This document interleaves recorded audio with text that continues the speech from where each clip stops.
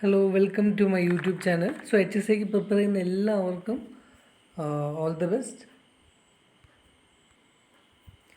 So ഇന്ന് നമ്മൾ പഠിക്കാൻ പോകുന്നത് ഇന്ന് ഭാരതത്തിൽ ഈ ധാതുക്കൾ ഉൽപ്പാദിക്കുന്ന സംസ്ഥാനങ്ങൾ ഏതൊക്കെയാണ്, അതിൻ്റെ ഒരു പൊസിഷൻ അനുസരിച്ച് ഉള്ളൊരു ഇതാണ് നമ്മൾ നോക്കുന്നത്. സോ ഒന്നാമത്തത് അയൺ കോർ. ഫസ്റ്റ് അയൺ കോറാണ് ഇന്ത്യയിൽ ഏറ്റവും കൂടുതൽ ഉള്ളത്. അത് സംസ്ഥാനങ്ങൾ ഒഡീഷ, ഛത്തീസ്ഗഡ്, കർണാടക. പിന്നെ രണ്ടാമത്തേന്ന് പറഞ്ഞാൽ മാംഗനീസാണ്. ഇന്ത്യയിൽ സെക്കൻഡ് പ്രൊഡ്യൂസ് ചെയ്യുന്ന ധാതു എന്ന് പറയുന്ന മാംഗനീസാണ്. അത് ഒഡീഷ, മഹാരാഷ്ട്ര. പിന്നെ ബോക്സൈറ്റ് ഒഡീഷ, ഗുജറാത്ത്. നാലാമത്തെ copper Madhya Pradesh, Rajasthan, Jharkhand. 5 gold Karnataka, Jharkhand, Arunachal Pradesh. Arunachal പ്രദേശിലാണ് Ramagiri mines ഒക്കെ ഉള്ളത്. പിന്നെ സിൽവർ രാജസ്ഥാൻ, കർണാടക. ഡയമണ്ട് ഒരൊറ്റ സംസ്ഥാനമേ ഉള്ളൂ, അതാണ് മധ്യപ്രദേശ്. പിന്നെ കൽക്കരി കോള് ഉൽപ്പാദിപ്പിക്കുന്നത് ജാർഖണ്ഡ്, ഒറീസ, ഛത്തീസ്ഗഡ്.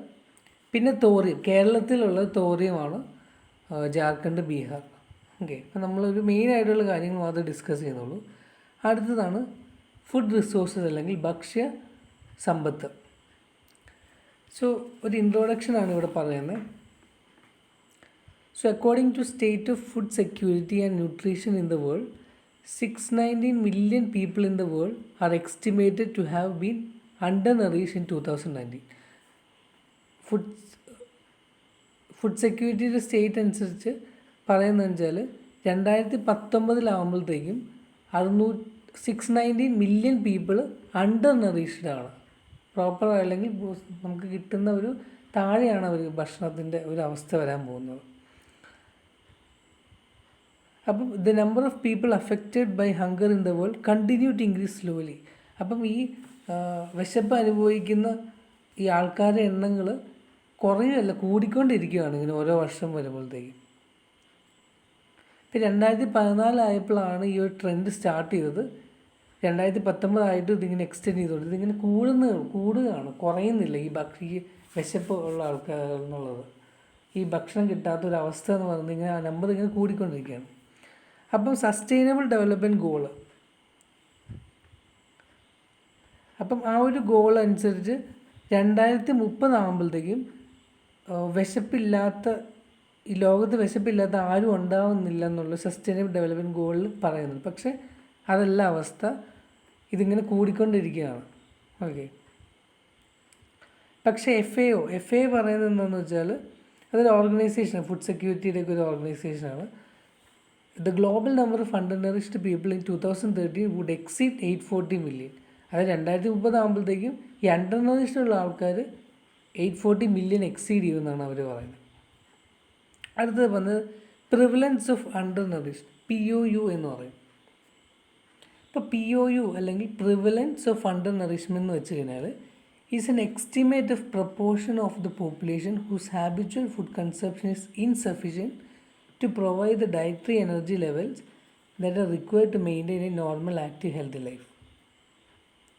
അപ്പോൾ ഈ പ്രിവലൻസ് ഓഫ് അണ്ടർനറിഷ്മെൻറ്റ് പറയുന്നത് എന്താണെന്ന് വെച്ചാൽ, അല്ലെങ്കിൽ തരുന്നത് എന്താണെന്ന് വെച്ചാൽ, എന്തുമാത്രം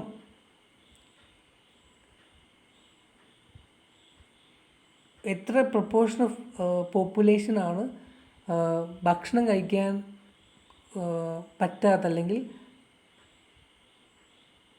നോർമൽ ഹെൽത്തി ലൈഫ് വേണ്ടിയിട്ടുള്ളൊരു ഫുഡ് വേണമല്ലോ, അതിന് സഫീഷ്യൻ്റ് അല്ലാത്ത അതെത്ര പേരാണ്, എത്ര പ്രപ്പോർഷൻ ഓഫ് ഒരു പോപ്പുലേഷൻ എത്ര പേർക്കുണ്ടെന്ന് പറയുന്ന ഒരു ഇതാണ് പ്രിവലൻസ് ഓഫ് അണ്ടർനറിഷ്മെൻറ്റ് എന്ന് പറയുന്നത്. ഓക്കെ, സോ ഈ POU കൂടുതലും ആഫ്രിക്കയിലാണ് ഭയങ്കര കൂടുതൽ. ആഫ്രിക്കയിൽ ശരിക്കും പറഞ്ഞു കഴിഞ്ഞാൽ 19.1 of the population in 2019 or more than 250 million undernourished people from 70.6% 2014. അപ്പം ആഫ്രിക്കയിലാണ് ഏറ്റവും കൂടുതൽ ഈ POU 19.1% ഈ അണ്ടർനറിഷ്ഡ് പീപ്പിൾ ഉള്ളത്.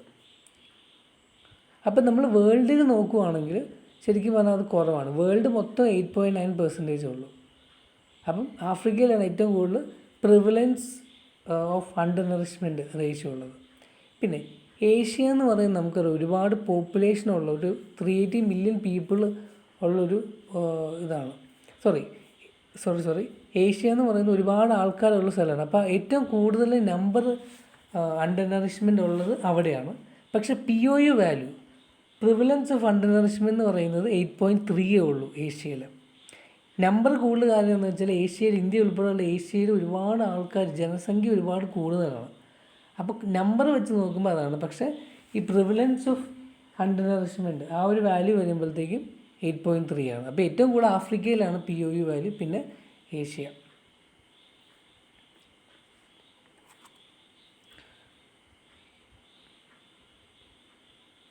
അപ്പോൾ ഒരു ലേറ്റസ്റ്റ് ആയിട്ടുള്ള എസ്റ്റിമേറ്റ് പറയുന്നത് എന്താണെന്ന് വെച്ചാൽ 9.7% of the world population was expose to severe level of food insecurity in India. ഇപ്പം 9.7% വേൾഡിൽ അത്രയും ഇൻസെക്യൂറാണ്. അത് അവർക്കൊരു സഫീഷ്യൻ്റ് 3 നേരം ഭക്ഷണം കഴിക്കാൻ പറ്റുന്നത് ഇൻസെക്യൂർ ആയിട്ടാണ് അവർ ജീവിക്കുന്നതെന്ന് പറയുന്നത്.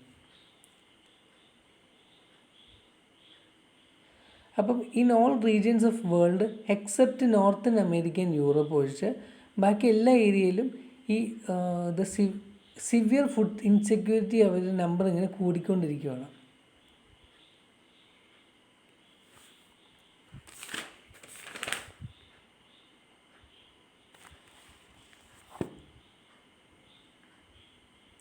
So 746 million people face severe food insecurity in the world. അതുപോലെ തന്നെ 60% ഓഫ് ദ വേൾഡ് പോപ്പുലേഷൻ, അതായത് 1.25 ബില്യൺ പീപ്പിളാണ് എക്സ്പീരിയൻസ് ഫുഡ് ഇൻസെക്യൂരിറ്റി, അല്ലെങ്കിൽ മോഡറേറ്റ് ലെവൽ. കംപ്ലീറ്റ്ലി ഭക്ഷണം ഇല്ലെന്നല്ല, ഒരു മോഡറേറ്റ് ലെവലിൽ അവർക്ക് ഫുഡ് സെക്യൂരിറ്റി ഉണ്ടെന്ന് പറയുന്നുണ്ട്. അപ്പോൾ ഇത്രയാണ് ആ ഫുഡ് സെക്യൂരിറ്റി, ഫുഡിൻ്റെ ആ ഒരു ഇമ്പോർട്ടൻസ് മനസ്സിലായില്ലേ. ഇപ്പം പ്രിവലൻസ് ഓഫ് അണ്ടർ നറിഷ്മെൻറ്റ്, അതുപോലെ തന്നെ എവിടെയാണ്. അപ്പോൾ ഒരു ഭക്ഷ്യസമ്പത്തിനെ കുറിച്ച് നമ്മളൊരു ഹിസ്റ്ററി അല്ലെങ്കിൽ ഒരു ഇൻട്രൊഡക്ഷൻ നമ്മൾ കണ്ടു. ഇനി പഠിക്കാൻ പോകുന്നത് food production in the world, ഭക്ഷ്യ ഉൽപ്പാദനം, അത് വേൾഡിൽ എവിടെയൊക്കെയാണ്, ഏത് ഭക്ഷണമാണ് ഏറ്റവും കൂടുതലുള്ളത്. ഇപ്പോൾ ശരിക്കും പറഞ്ഞു കഴിഞ്ഞാൽ നമ്മളുടെ എല്ലാവർക്കും കൊടുക്കാനുള്ള ഭക്ഷ്യസമ്പത്ത് നമുക്കുണ്ട്. പക്ഷേ ചില ഏരിയയിൽ ഒരു ഭക്ഷണം ഭയങ്കര കൂടുതലാണ്, ചില സ്ഥലത്ത് അത് കൂടുതലല്ല. അപ്പോൾ അതാണ് ആക്ച്വലി ഒരു ഇത് വരുന്നത്. നമുക്ക് നോക്കാം. ഈ ഷുഗർ ഇല്ലേ, കരിമ്പ്, അത് ഫസ്റ്റ് പൊസിഷനാണ്. 1.9 ബില്യൺ ടൺസാണ് ഷുഗർ കെയിൻ പ്രൊഡ്യൂസ് ചെയ്യുന്നത്. സെക്കൻഡ് വേൾഡിൽ പ്രൊഡ്യൂസ് ചെയ്യുന്ന മെയ്സാണ് 1 ബില്യൺ. അമേരിക്കയിലൊക്കെ ചോറിന് പകരം മെയ്സാണ് എടുക്കുന്നത്. പിന്നെ റൈസ് 0.75 ബില്യൺ, അതുപോലെ തന്നെ നാലാമത് വീറ്റ് 0.74 ബില്യൺ, അടുത്തിട്ട് തന്നെ പൊട്ടറ്റോസ് 0.40. യൂറോപ്യൻ കൺട്രീസിലൊക്കെ പൊട്ടറ്റോസ് ഒരുപാട് യൂസ് ചെയ്യുന്നുണ്ട്. അതുപോലെ നമ്മൾ നോർത്ത് ഇന്ത്യൻസിലൊക്കെ ആലു മട്ടർ, ഈ പൊട്ടറ്റോസ് ഒരുപാട് യൂസ് ചെയ്യുന്നുണ്ട്. പിന്നെ ടോപ്പ് കൺട്രീസ് നോക്കുകയാണെങ്കിൽ ഫസ്റ്റ് ചൈനയിലാണ് റൈസ്, വീറ്റ്, പൊട്ടറ്റോ ഒക്കെ നമ്പർ 1 പ്രൊഡ്യൂസ് ചെയ്യുന്നത് ചൈനയിലാണ്. USA ഏറ്റവും കൂടുതൽ പ്രൊഡ്യൂസ് ചെയ്യുന്ന മെയ്സാണ്. ഇന്ത്യ എന്ന് പറയുന്നത് second largest producer of sugar cane, wheat and rice and maize, second largest ആണ്. And 6th largest producer of potatoes. ഇപ്പോൾ ഇന്ത്യയുടെ കണക്കൊക്കെ ഒന്ന് ഓർത്തിരിക്കാം, PSC ഇങ്ങനെയൊക്കെ ചോദിക്കുന്നത് ഭയങ്കര ഇഷ്ടമാണ്.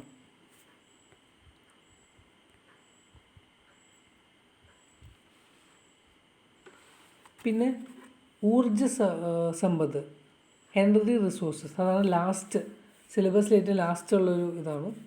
അപ്പോൾ ഊർജ്ജം എന്ന് പറയുമ്പോൾ അത് 2 ടൈപ്പ് ഉണ്ട്, നോൺ റിന്യൂവബിൾ ഉണ്ട്, റിന്യൂവബിൾ ഉണ്ട്.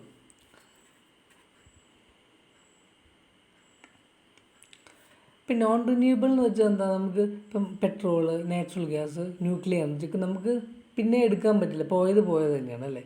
റിന്യൂവബിൾ ഇപ്പോൾ solar energy, wind power, geothermal, വേലികേറ്റം, tidal power, hydel power, biomass ഒക്കെയാണ് റിന്യൂവബിൾ. ഇപ്പോൾ വേൾഡ് എനർജി സോഴ്സസ് നമുക്ക് നോക്കാം. ഇപ്പം ഇത് നമ്മൾ 2 ആയിട്ടാണ് എടുക്കുന്നത്. ഒന്ന് വേൾഡ് എനർജി സോഴ്സും പിന്നെ അതുപോലെ തന്നെ ഇന്ത്യൻ എനർജി സോഴ്സസും. അങ്ങനെ 2 രീതിയിലാണ് നമ്മൾ പറയുന്നത്. ഇപ്പോൾ ഒന്നാമത് കൽക്കരി, കോള്. അപ്പോൾ most abundant and burned fossil ഫ്യൂവലാണ് കോൾ എന്ന് പറയുന്നത്. പിന്നെ natural gas.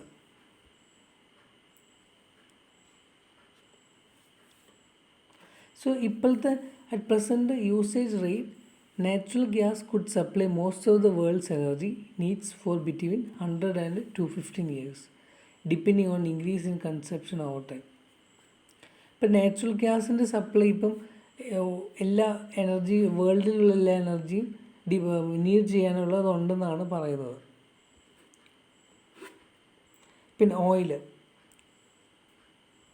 So current oil consumption is at the rate of 0.18 cJ per year and will last for another 15 years.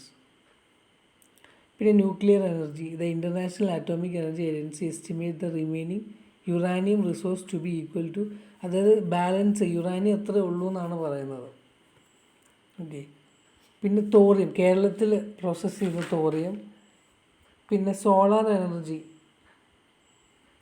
Globally, solar energy is the fastest growing source of energy, seeing an annual average growth of 35% over the past few years. അപ്പം ഏറ്റവും കൂടുതൽ നമ്മൾ പെട്ടെന്ന് grow ചെയ്യുന്ന ഒരു സംഭവമാണ് solar energy എന്ന് പറയുന്നത്. ഇപ്പോൾ സോളാർ എനർജിയുടെ ഗ്രോയിങ് ഇൻവെസ്റ്റേഴ്സ് എന്ന് പറയുന്നത് Japan, Europe, China, US, India ഒക്കെയാണ് വരുന്നത്. അപ്പോൾ solars power share of worldwide electricity usage at the end of 2014 was 1%. ഇപ്പോൾ 2014 കഴിഞ്ഞപ്പോഴത്തേക്കും സോളാർ എനർജി എന്തുമാത്രം യൂസ് ചെയ്ത് 1% യൂട്ടിലൈസ് ആയിട്ടുള്ളൂ. അപ്പോൾ നമുക്ക് ഇഷ്ടംപോലെ ഉണ്ട് സോളാർ എനർജി. നമ്മൾ ഒരുപാട് വർക്ക് ചെയ്ത് ടെക്നോളജി യൂസ് ചെയ്ത് നമുക്കതിനെ എടുക്കണം. ഇപ്പോൾ വിൻഡ് പവർ.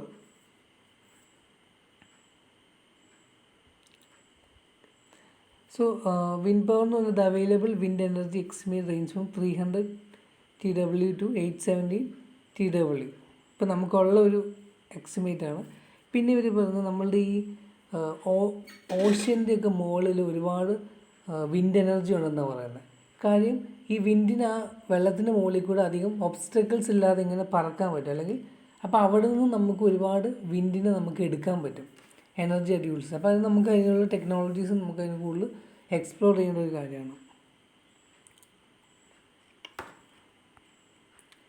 പിന്നെ വേവ് ആൻഡ് ടൈഡൽ പവർ. അപ്പോൾ നമ്മളിത് അധികം മറ്റ് എനർജി വെച്ച് നോക്കുമ്പോൾ അധികം യൂട്ടിലൈസ് ചെയ്യാത്ത, അല്ലെങ്കിൽ കുറച്ച് കൂടുതൽ നമ്മൾ വർക്ക് ചെയ്യേണ്ട, എക്സ്പ്ലോർ ചെയ്യേണ്ട ഒരു ഏരിയയാണ് വേവ്സ് ആൻഡ് ടൈഡൽ എനർജി. ഇപ്പോൾ ടൈഡൽ വേലി കയറ്റം, വേലി ഇറക്കം എന്നൊക്കെ പറയുന്നത് വേവ്സ് ആൻഡ് ടൈഡൽ എനർജി. പിന്നെ പറയുന്നതാണ് ജിയോ തെർമൽ എനർജി.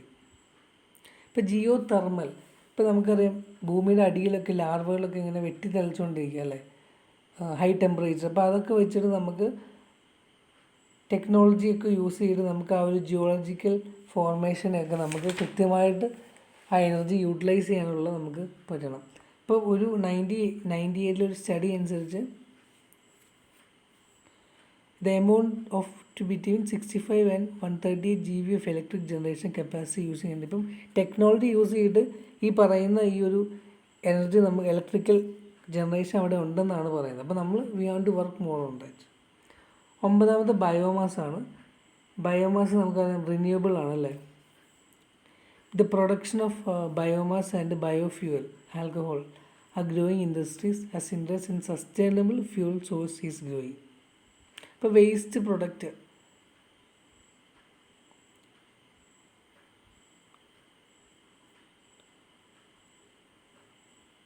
അപ്പോൾ അതുപോലെ തന്നെ ഈ മീഥേൻ ഗ്യാസ്, ഇപ്പം വേസ്റ്റിൽ നിന്നൊക്കെ മീഥേൻ ഗ്യാസ് പ്രൊഡ്യൂസ് ചെയ്യാതെ അതൊക്കെ ഒരു ഗ്രീൻ ഹൗസ് ഇഫക്റ്റിന് ചെയ്യുന്ന ഗ്യാസ്. അപ്പോൾ അതൊക്കെ യൂട്ടിലൈസ് ചെയ്ത് നമുക്ക് ഒരു ഫ്യൂവലായിട്ട് യൂസ് ചെയ്യാൻ പറ്റും.